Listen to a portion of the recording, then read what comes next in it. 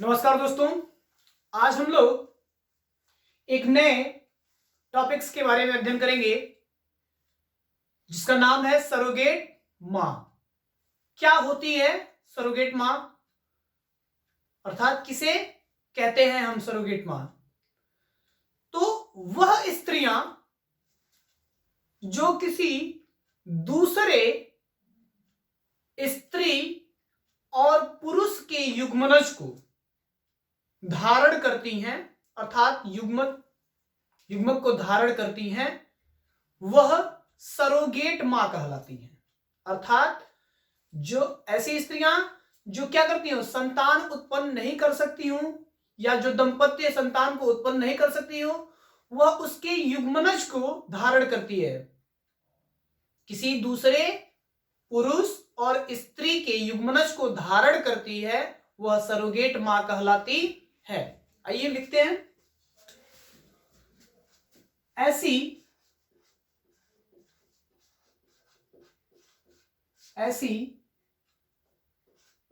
स्त्रियां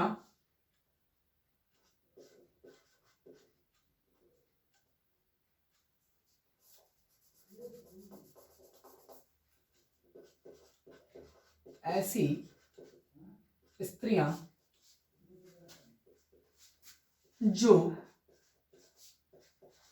किसी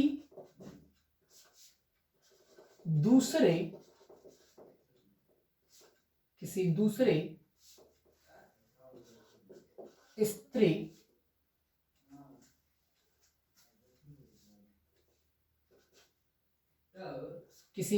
स्त्री और पुरुष के युग्मनज को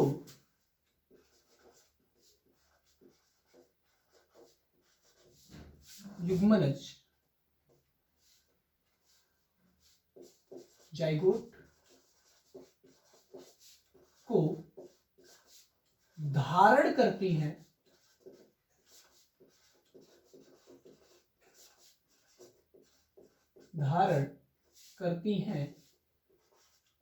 वे सरोगेट मां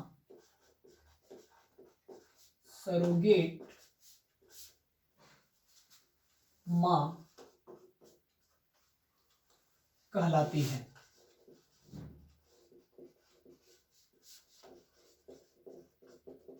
ठीक है। तो वह स्त्रियां जो किसी दूसरे स्त्री और पुरुष के युग्मनज को धारण करती हैं, वह क्या कहलाती हैं? सरोगेट मां कहलाती हैं।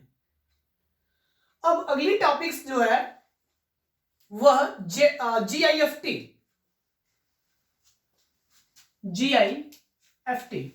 किसे कहते हैं या क्या होती है GIFT? Gamete intra fallopian transfer.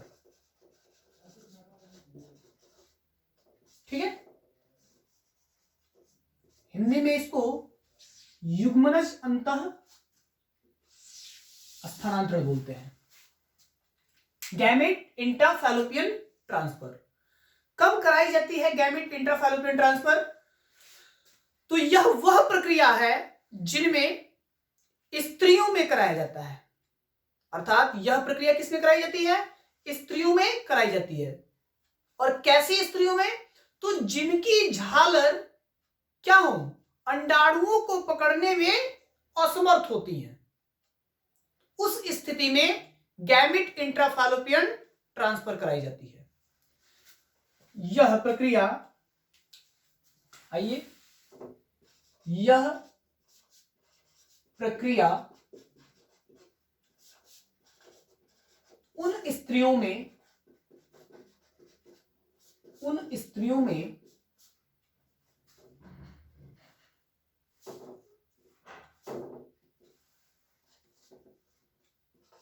कराई जाती है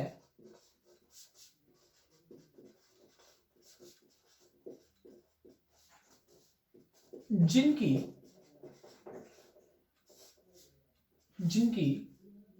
झालर अर्थात फिम्बरी, झालर अंडाणु को, अंडाणु ब्रैकेट में अंड कोशिका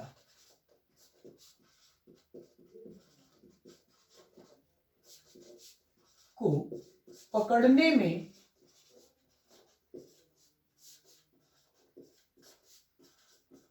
असमर्थ होती हैं, असमर्थ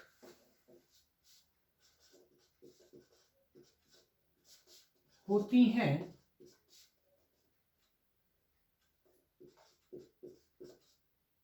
तो उनमें GIFT अर्थात गैमेट इंट्राफैलोपियन ट्रांसफर प्रक्रिया कराई जाती है।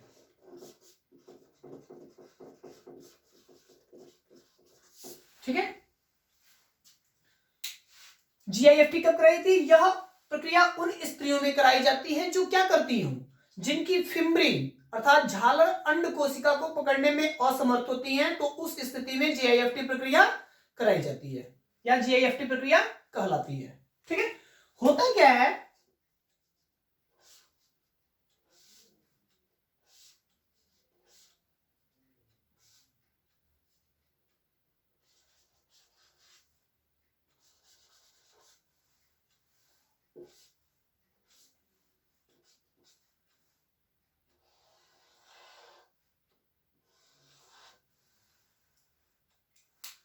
इस प्रक्रिया में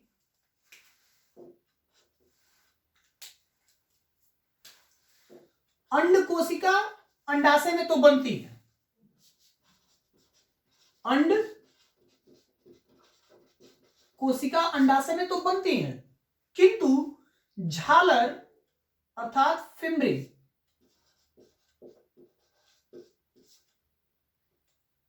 अंड कोशिका को पकड़ने में क्या होती है, असमर्थ होती है।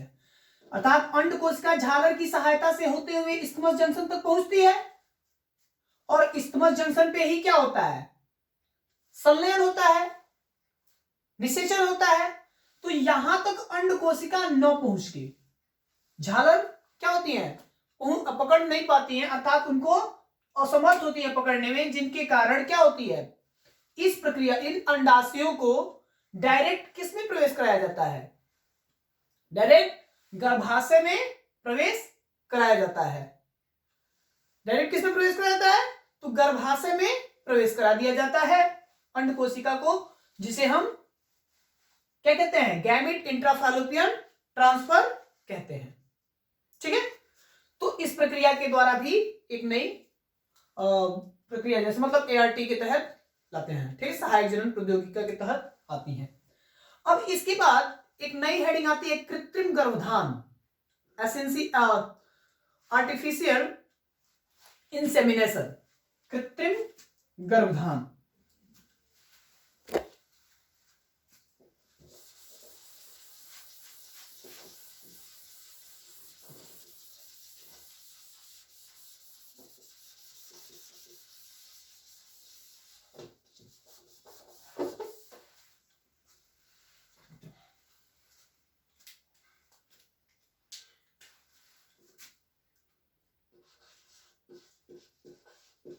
कृत्रिम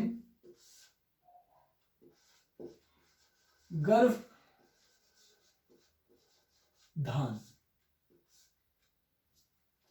आर्टिफिशियल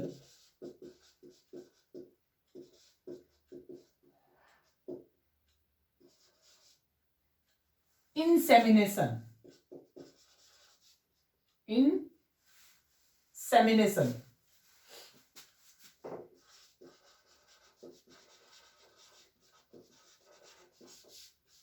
आर्टिफिशियल इंसेमिनेशन, कृत्रिम गर्भधान।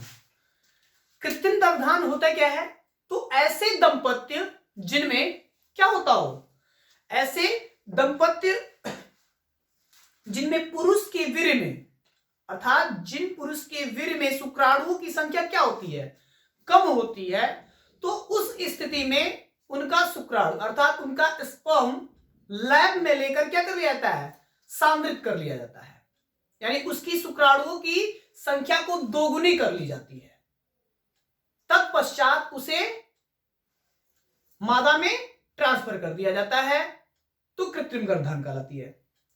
ठीक है, यानी उसके पत्नी के योनि की सहायता से भेज दिया जाता है। क्या बताया गया, कृत्रिम गर्भधारण में ऐसे दंपतियों में कराया जाता है जिनमें वीर्य अर्थात जिन पुरुष के वीर्य में शुक्राणुओं की संख्या कम होती है, तो उस स्थिति में उसके शुक्राणु को लैब में लेकर सांद्रित किया जाता है और सांद्रित कर उन्हें उनके स्त्री के योनि मार्ग से प्रवेश करा दिया जाता है। वह प्रक्रिया आर्टिफिशियल इंसेमिनेशन प्रक्रिया कहलाती है, कृत्रिम गर्भधारण प्रक्रिया कहलाती है। यह जंतुओं में भी कराया जाता है। अधिकतम किस में कराया जाता है, जंतुओं में कराया जाता है। परिभाषा इसकी होती है, यह प्रक्रिया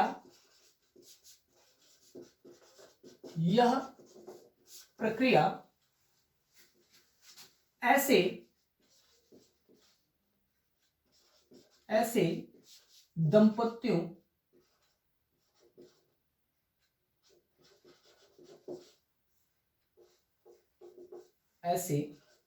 दंपतियों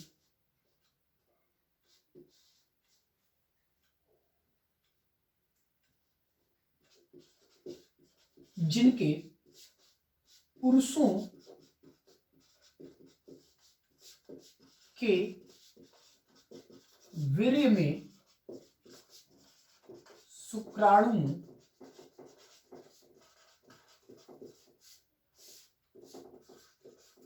की संख्या कम होती है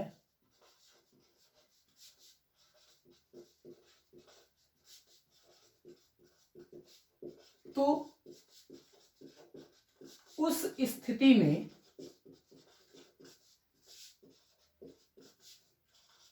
उनके शुक्राणु को लैब में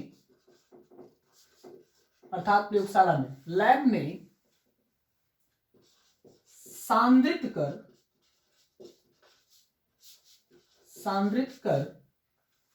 मतलब संख्या को बढ़ाकर सांद्रित कर उसे उसके स्त्री में योनि की सहायता से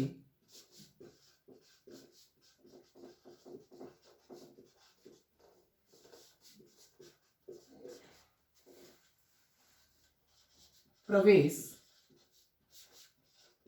कराया जाता है।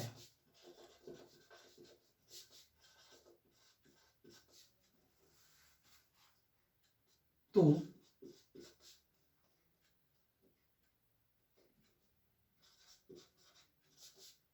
उस प्रक्रिया को कृत्रिम गर्भधारण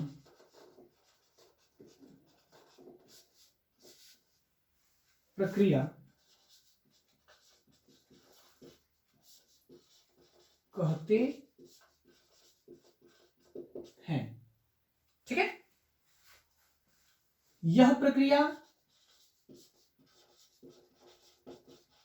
जंतुओं में भी कराया जाता है। जंतुओं में अधिकांश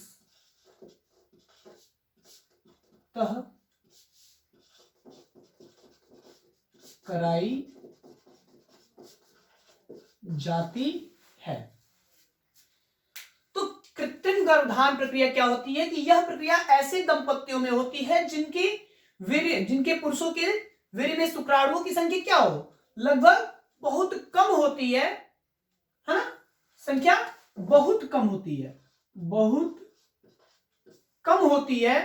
तो उस स्थिति में उनका यानी उनके शुक्राणु को लैब में लेकर सांद्रित किया जाता है और सांद्रित करने के पश्चात उसके स्त्री में योनि की सहायता से क्या कर दिया जाता है, योनि की सहायता से प्रवेश करा दिया जाता है, जिससे कृत्रिम, उस प्रक्रिया को हम कृत्रिम गर्भाधान प्रक्रिया कहते हैं। ठीक है, और यह अधिकतम कहां कराई जाती है, तो जंतुओं में कराई जाती है। ठीक है, तो ये आपकी कृत्रिम गर्भाधान थी। अब अगला टॉपिक उल्व वेधन प्रक्रिया किसे कहते हैं, उल्व वेधन।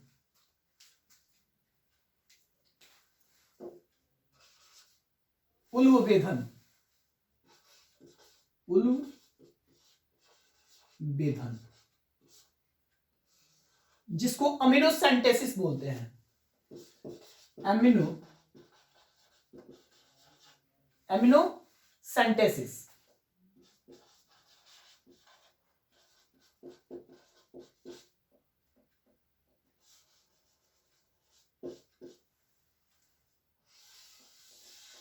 उल्व वेधन होता क्या है, उल्व वेधन प्रक्रिया में, इस प्रक्रिया के द्वारा गर्भ में पल रहे शिशु की लिंग की पहचान की जाती है। उल्व वेधन प्रक्रिया में क्या करते हैं, इस प्रक्रिया में या इस प्रक्रिया के द्वारा गर्भ में पल रहे शिशु के आनुवंशिक रोगों तथा लिंग की पहचान में सहायक होती है कि उनकी क्या स्थिति है, गर्भ में कोई रोग तो नहीं है, या नर है या मादा, इस प्रक्रिया को जांचते हैं। तो इसकी परिभाषा क्या लिखते हैं, यह प्रक्रिया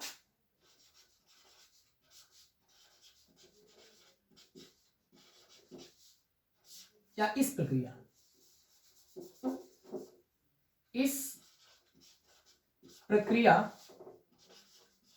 के द्वारा गर्भ में पल रहे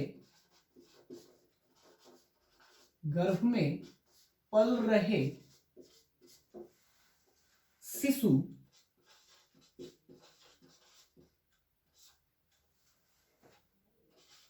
के आनुवंशिक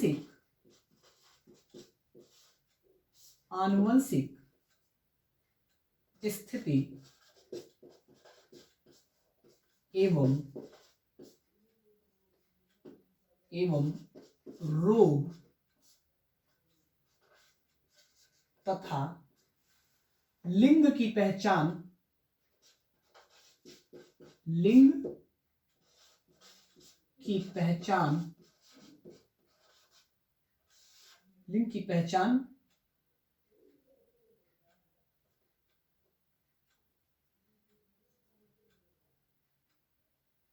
करने में किया जाता है।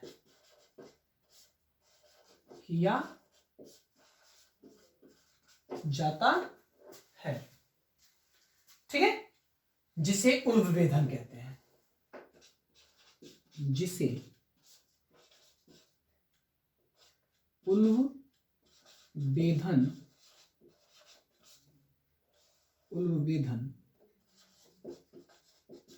प्रक्रिया कहते हैं। तो होता क्या है उल्व वेधन प्रक्रिया में कि इस प्रक्रिया के द्वारा गर्भ में पल रहे शिशु के लिंग पहचान, चाहे वह नर है या मादा, और एवं उनकी आनुवंशिक स्थिति तथा रोग के पहचान करने में किया जाता है, उल्व वेधन प्रक्रिया कहलाता है। ठीक है, अब होता क्या है, चूंकि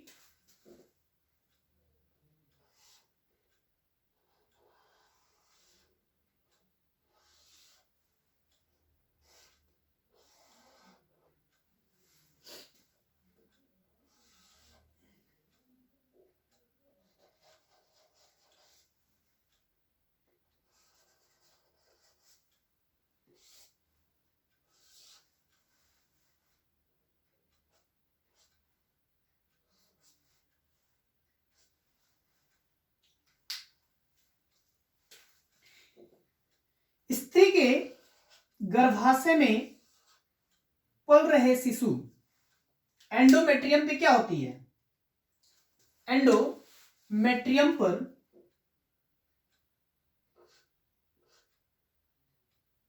एंडोमेट्रियम पर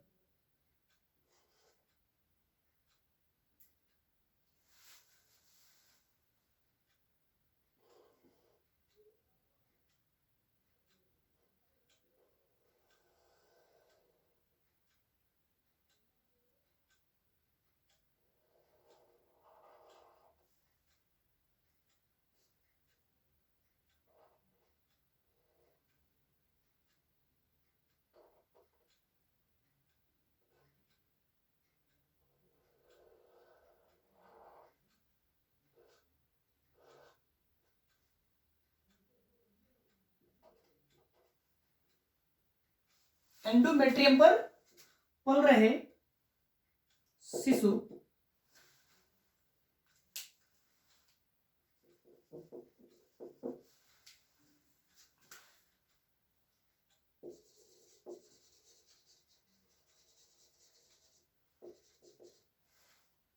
के लिंग की पहचान के लिए, अब इसमें पहचान कैसे की जाती है, तो इसमें एक द्रव पाई जाती है जिसको हम कहते हैं अमीनोसेंटेसिस फ्लूइड, एमिनोटिक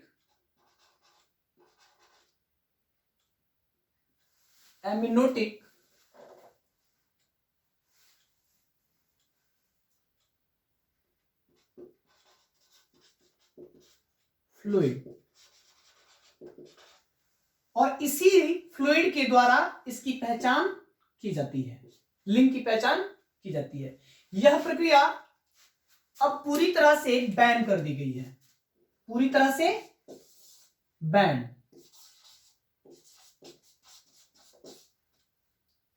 क्यों? क्योंकि इस प्रक्रिया में अत्यधिक दुरुपयोग होते हैं।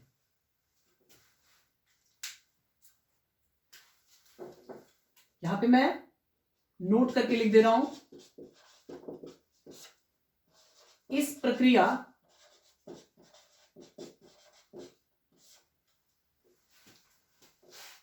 को पूरी तरह से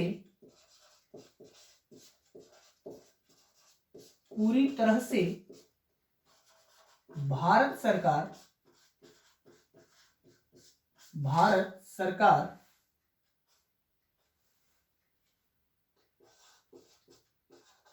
के द्वारा बंद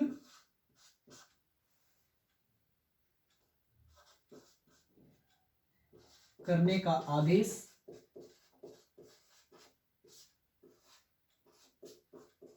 कर दिया गया है, क्योंकि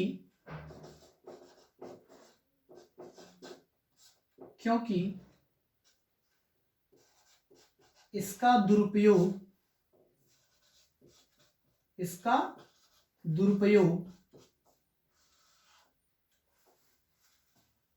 भ्रूण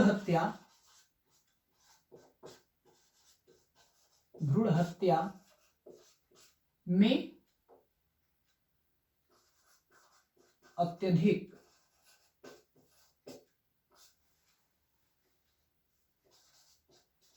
हो रहा है।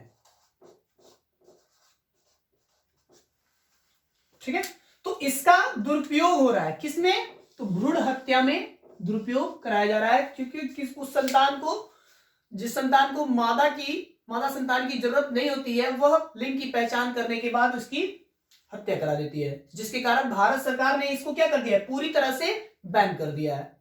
आप कहीं भी किसी हॉस्पिटल में जाते हो तो वहां पे लिखा गया होता है अमीनोसेंटेसिस इज बैन, अर्थात लिंग की परीक्षण लिंग जांच यहां मना है, नहीं होती है। ठीक है, तो ये अनुवेधन प्रक्रिया थी। अब अगली जो टॉपिक होगी अगले पार्ट में, वह यौन संचारित रोग किसे कहते हैं, सेक्सुअली ट्रांसमिटेड डिजीज के बारे में हम लोग जानेंगे कि यौन संचारित रोग किसे कहते हैं। आप इसकी स्क्रीनशॉट ले लीजिएगा और इसको अच्छे से नोट कर लीजिएगा। ठीक है, अगले पार्ट में हम आपको यौन संचारित रोग के बारे में बताएंगे और तत्पश्चात इस चैप्टर का क्या होगा, अंत होगा। फिर अगले चैप्टर को हम लोग अध्ययन करेंगे। धन्यवाद।